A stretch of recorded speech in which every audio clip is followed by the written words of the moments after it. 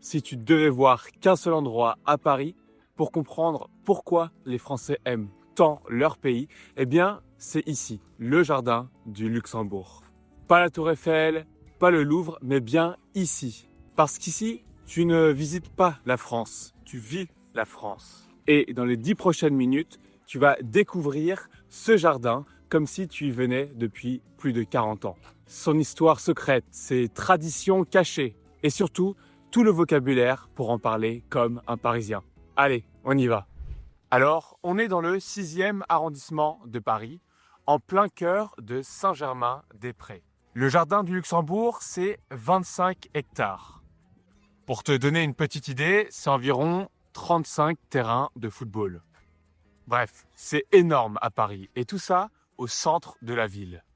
Derrière moi, on voit le palais du Luxembourg. C'est aujourd'hui le Sénat français, là où se trouvent les sénateurs, ceux qui votent les lois. Petit cours de politique, le Sénat, c'est l'une des 2 chambres du Parlement français.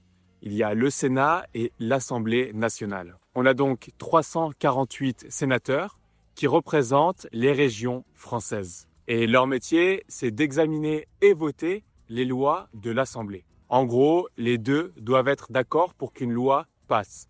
Et c'est ce qu'on appelle dans le jargon la navette, l'aller-retour entre l'Assemblée et le Sénat. Mais au début, le palais du Luxembourg, c'était pas du tout ça. C'était un palais royal. Et l'histoire commence avec une reine italienne qui s'ennuyait à mourir. Ou alors, comme on dit en français, qui s'ennuyait comme un rat mort. S'ennuyer comme un rat mort. Ce sont 2 expressions à retenir pour dire qu'on s'ennuie énormément. Vraiment beaucoup. Ici, vous pouvez voir la tour Montparnasse. Ici, on a l'église Saint-Sulpice. Et là, c'est le Sénat. On est en 1611 et Marie de Médicis, la reine française, est en réalité italienne. Son mari, Henri IV, vient juste d'être assassiné. Elle est toute seule à Paris. Elle n'aime pas le Louvre. Elle déteste le Louvre. C'est trop sombre, c'est trop froid, c'est trop français. Alors, elle décide tout simplement de se construire un palais. Mais pas juste un palais à la française, elle veut un palais à l'italienne, qui rappelle un peu Florence.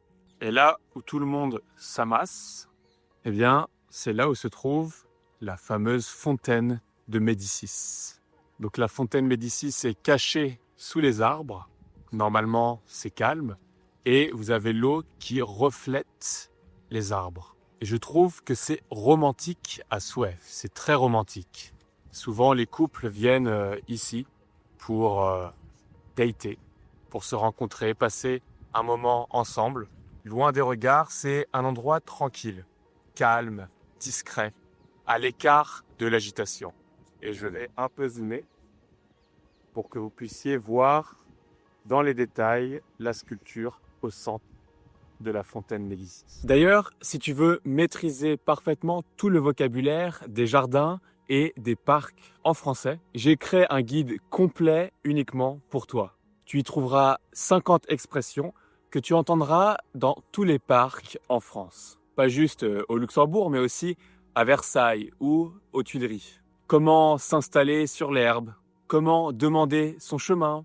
Pour aller aux toilettes, par exemple. Comment parler de ce que tu vois. Tout le vocabulaire pratique pour t'exprimer avec aisance et confiance. Le lien pour ce guide est dans la description de cette vidéo. Tu peux aussi utiliser le QR code qui s'affiche. C'est gratuit, tu le télécharges et tu l'as pour ton prochain voyage en France. Marie de Médicis n'a jamais vraiment profité de son palais. La politique, les intrigues, bref, elle finit exilée. Elle est chassée, on dit, on l'a forcée à partir. Et son palais, il devient une prison pendant la Révolution, puis un hôpital et aujourd'hui le siège du Sénat. Ce qui est fou, c'est que ce jardin qu'elle a créé il y a plus de 400 ans, eh bien, c'est le jardin préféré des Parisiens. Tous les jours, ils viennent ici pour prendre l'air, pour s'installer, pour lire, flâner, prendre le soleil, se promener, respirer, sortir de chez eux. Et le jardin du Luxembourg, c'est encore mieux le week-end. Il y a des concerts de musique en plein air, c'est totalement gratuit. Regarde, par exemple là, c'est le kiosque à musique. et tu as un orchestre qui vient jouer tous les week-ends de la musique. C'est abrité, c'est protégé de la pluie. On dit que c'est un abri pour se protéger du mauvais temps. Regardez un peu la beauté de ce palais. Qui on peut voir aussi la Tour Eiffel, Dame de Fer. Ce qui est aussi très sympa au Luxembourg, c'est de venir courir. Donc il y a beaucoup de Parisiens qui viennent courir ici, vous pouvez voir. C'est le trajet que font la plupart des runners, des coureurs. Et ils font tout le tour du jardin. Ce qui est génial, ce sont ces chaises, les fameuses chaises vertes du Luxembourg. Elles sont là depuis le 19e siècle. Et tu sais quoi, avant, eh bien, il fallait payer pour s'asseoir. Aujourd'hui, c'est totalement gratuit, mais avant, il fallait laisser une pièce pour la dame qui s'occupait de garder les chaises. Et vous en avez un peu partout dans le jardin. Et ces chaises sont totalement iconiques, emblématiques de Paris. Et comme tu peux le voir, elles ne sont pas fixées au sol. N'importe qui peut les prendre et les déplacer. Sur certaines chaises, tu peux donc t'asseoir. Tu peux aussi t'allonger en fonction de la forme de la chaise. Et la version que vous voyez aujourd'hui, c'est une version qui a été modernisée en 2004 par l'atelier Fermob et notamment par un designer. Il est français et il s'appelle Frédéric Sophia. Et maintenant, lorsque vous parlez de chaise Luxembourg, tout le monde a cette chaise, ce modèle en tête. Le week-end, on peut voir des enfants qui vont louer des bateaux et venir ici jouer avec les bateaux. Les bateaux se déplacent avec à la fois le vent, ce sont des bateaux à voile, et les enfants ont des bâtons pour pousser les bateaux. Et c'est une tradition qui existe depuis 150 ans. Bon là, il n'y a pas d'enfants parce qu'on est en journée et on est en semaine aussi. C'est une tradition qui perdure, qui reste vivante, qui continue à exister. Et là-bas, vous pouvez voir des cours de tennis, donc des terrains de tennis, là où on peut jouer au tennis. Alors, ça peut paraître un peu bizarre dans un jardin public, mais c'est la réalité. Et pour la petite anecdote, ils ont failli fermer il y a quelques années, car le Sénat voulait faire des économies. Question de budget. Mais les Parisiens ont protesté et les terrains ont dû rouvrir. Comme quoi, parfois, il suffit de demander pour obtenir ce que l'on veut. Maintenant, regarde ces jardins. Tu vois ces parterres de fleurs? Eh bien, ils sont impeccables parce que les jardiniers, donc les personnes qui s'occupent de l'entretien du jardin, travaillent tous les jours. Et au printemps et l'été surtout, tu trouves ici des milliers de fleurs. Des roses, des tulipes, des dahlias et même des orchidées. Regardez un peu la symétrie parfaite. C'est une vraie palette de couleurs. Avec une vraie symétrie, une disposition parfaite. C'est ce qu'on appelle le jardin à la française. C'est un style de jardin très géométrique, très organisé, inventé en France au XVIIe siècle. Et notamment, vous pouvez voir cela à Versailles avec le jardinier Lenôtre. Partout dans le jardin, tu verras des fontaines comme celle-ci. Elles donnent ce bruit apaisant de l'eau qui coule. Et c'est l'architecte André Lenôtre, donc celui qui a fait Versailles notamment, qui a imaginé une partie de la disposition du jardin. Il y a même des ruches au Luxembourg, des endroits où vivent les abeilles. On produit du miel. Les apiculteurs, donc les personnes qui s'occupent de ces ruches, produisent du miel depuis 1856. Et tu peux même acheter ce miel dans certaines boutiques parisiennes. Là aussi, c'est une tradition qui perdure depuis 150 ans. Pour ceux qui aiment la sculpture, vous avez des bronzes. Donc ici, c'est l'acteur grec. Et vous en avez un peu partout dans le jardin. Hop là, un autre bronze. Hop là, une nouvelle statue.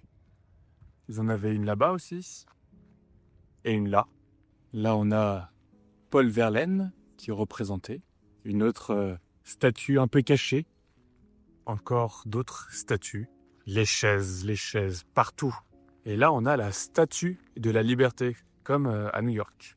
C'est un modèle qui a été créé par Bartholdi, donc la personne qui a fait cette statue en grandeur nature pour les États-Unis, celle qu'il y a à New York. Et donc là, ce sont les reines de France. Il y en a 20, donc il y en a une là, vous en avez d'autres là, bref, 20. Il y a des reines, mais aussi des femmes illustres qui ont marqué l'histoire de France. Bien sûr, Marie de Médicis.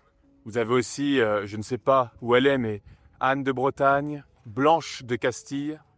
C'est un peu comme une galerie d'histoire, mais à ciel ouvert.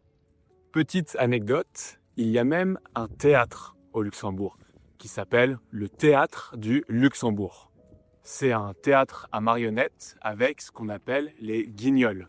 Et depuis 1933, les enfants et les adultes viennent ici pour voir différents spectacles. C'est une véritable institution, une tradition ancrée, établie depuis très longtemps. Les parents, les grands-parents, les arrière-grands-parents, tous ont de vrais souvenirs. Là, vous avez le musée du Luxembourg, un des musées les plus anciens de Paris. Et il n'y a pas de collection permanente, ça change sans cesse. Donc là, on peut voir ce panneau « pelouse interdite ». Mais je vais vous montrer, il y a d'autres pelouses où on peut s'installer pour, par exemple, pique-niquer le week-end. Et donc le week-end, les Parisiens viennent ici pour pique-niquer sur les pelouses, mais aussi sur les bancs ou sur les chaises. Ils s'installent avec leur panier, leur couverture, à manger et ils partagent un moment convivial. C'est chaleureux, c'est amical. Bon, récapitulons certaines expressions que l'on a apprises aujourd'hui au jardin du Luxembourg. S'ennuyer à mourir ou s'ennuyer comme un rat mort, ça veut dire s'ennuyer énormément. Romantique à souhait. Romantique à souhait, ça veut dire que c'est extrêmement romantique. Ce coin est romantique à souhait, ou la fontaine Médicis. Un coin tranquille, donc un coin qui est calme, discret, à l'écart de l'agitation, chasser quelqu'un, être forcé de partir. Marie de Médicis a été chassée de France. Prendre l'air, sortir, se promener, respirer, être à l'abri, c'est être protégé, couvert. Se poser, s'asseoir, se détendre, comme là, je suis posé. Une tradition qui perdure, comme les enfants qui jouent avec les bateaux. Une palette de couleurs. Quand on fait référence au jardin du Luxembourg, il y a une palette de couleurs, une grande variété de couleurs. Une institution, donc un restaurant peut être une institution où il y a une tradition qui est ancrée. Et enfin, je ne l'ai pas utilisé, mais à connaître, un poumon vert. Le Luxembourg, le jardin du Luxembourg, est un poumon vert. Ce jardin, c'est un véritable poumon vert. Un espace de nature en pleine ville. Et c'est essentiel pour vivre. En face, nous avons le Panthéon. Et pour ceux qui souhaitent découvrir ce monument historique, je vous invite à regarder ma vidéo sur le quartier latin. La vidéo s'affiche sur l'écran, vous pouvez cliquer dessus pour la regarder. Vous allez apprendre énormément de choses sur le quartier latin. Voilà, maintenant, tu connais le jardin du Luxembourg comme un Parisien, sur le bout des doigts, comme on dit. Ou alors comme ta poche, Son histoire, ses secrets et les expressions qu'on utilise pour parler d'un jardin. Si tu viens à Paris, je te recommande fortement de venir ici. C'est gratuit, tu peux prendre le métro, il y a une station RER, le RER B. Tu t'arrêtes à Luxembourg, la station, ou alors le métro à Saint-Sulpice ou à la station Odéon.